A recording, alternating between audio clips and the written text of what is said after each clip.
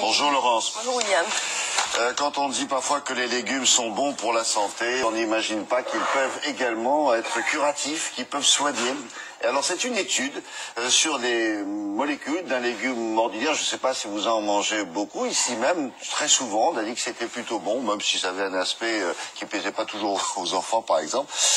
C'est un des composants naturels du brocoli qui a été mis en évidence. Alors cette étude, elle vient d'où? Elle a été publiée dans quoi? Et que dit-elle? Voilà, elle a été publiée dans une grande publication américaine, Clinical Research. C'est une étude donc, qui vient des États-Unis et elle montre en fait qu'un composant du brocoli est doté de propriétés, de facultés pouvant aider à lutter contre le cancer. En fait, c'est un dérivé du soufre. Et le soufre, souvent, on rechigne à faire cuire des crucifères à la maison, c'est-à-dire des choux-fleurs, des brocolis, etc. C'est cette odeur de soufre que l'on sent.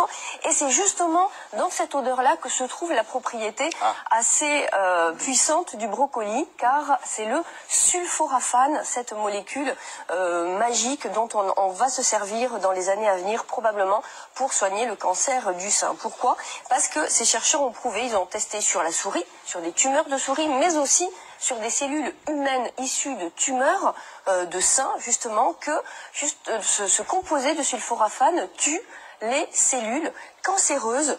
Et en plus, ce sont des cellules cancéreuses souches. Et ensuite, il prévient la croissance, la prolifération d'autres cellules. Et ce qui est intéressant, c'est que la chimiothérapie, aujourd'hui, classique, habituelle, que l'on donne, ne s'attaque pas aux cellules souches du brocoli.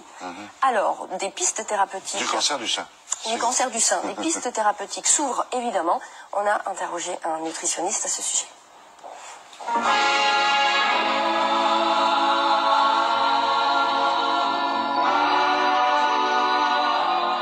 Le brocoli contient tout d'abord un composé dérivé du soufre, ainsi qu'une enzyme, la myrosinase. Une enzyme qui va, lorsque le légume est consommé cru, activer ce composé dérivé du soufre en un autre composé qui, dans le cadre du brocoli, s'appelle le sulforaphane, qui a des propriétés protectrices pour les cellules ainsi que pour leur matériel génétique interne, l'ADN, pour lutter contre toute tentative d'agression ou d'altération en cellules cancéreuses.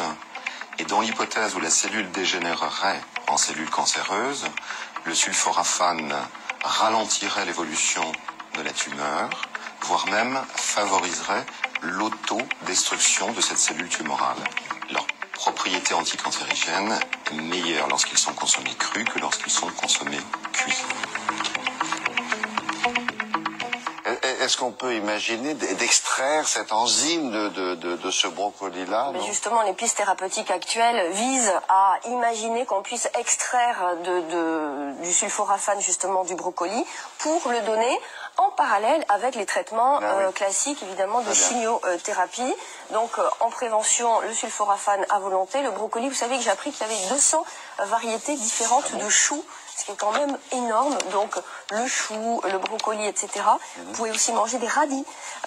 C'est exactement du cresson. C'est un peu la même famille des crucifères. Et il y a également tous ces composés chimiques. C'est une question de chimie, en fait. On parle d'enzymes, on parle de myrosinase, etc. C'est toute une chimie de molécules de végétaux qui est à l'œuvre.